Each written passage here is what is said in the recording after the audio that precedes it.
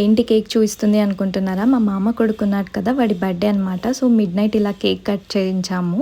First అయితే వాడు shock అయ్యాడు, అంటే నిద్రపోయి లేచాడనమాట. మేమైతే 12 వరకు మేల్కున్నాము, వాడికి ఎలాగైనా విష్ చేయాలి, అలానే కేక్ కట్ చేయించాలి అని చెప్పి. వాడు మాత్రం ఫుల్గా నిద్రపోయాడు. ఇంకా నైట్ అయితే ఇలా సింపుల్గా కేక్ కట్ చేయించాము. నేనైతే చిన్నప్పుడు నా బర్త్డే వస్తుందంటే ప్రీ ప్లాన్డ్గా ఉండేదాన్ని. ఇంకా బర్త్డే రోజు అయితే నైట్ అసలు నిద్ర వచ్చేదే కాదు. మార్నింగ్ ఎప్పుడెప్పుడు అవుతుందా, కొత్త డ్రెస్ ఎప్పుడెప్పుడు వేసుకుంటామా అని ఫ్రెండ్స్ అందరికీ చాక్లెట్స్ ఇవ్వాలి. బాబా ఎందుకులేండి, భలే ఉండేది కదా. ఇంక ఈవినింగ్ అయితే ఇలా సెలబ్రేషన్ స్టార్ట్ చేసాము. వాడికి ఫుల్ హ్యాపీ అనమాట. ఇంకా వాడి బర్త్డే కాబట్టి వాడే కొన్ని బలూన్స్కి హెల్ప్. పిల్లలందరూ ఇలా కూర్చున్నారు. ఇంకా అక్కడ 2 కేక్స్ ఉన్నాయి కదా, అందరూ షేర్ చేసుకొని కట్ చేశారనమాట. వాళ్ళైతే ఫుల్ హ్యాపీగా ఉన్నారు.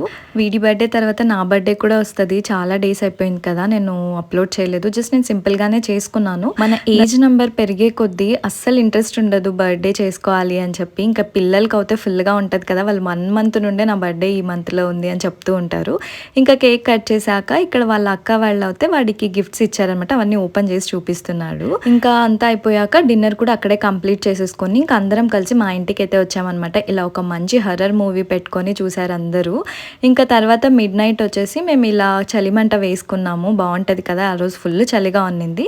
ఇంకా నెక్స్ట్ డే మార్నింగ్ వచ్చేసి చికెన్ బిర్యానీ చేసుకున్నాము. ముందు రోజు అయితే వెజ్ అనమాట, అందుకని నెక్స్ట్ డే ప్రిఫర్ చేసాము. చాలా ఎమ్మీగా ఉంది. మీరు అయితే సబ్స్క్రైబ్ చేసుకోండి.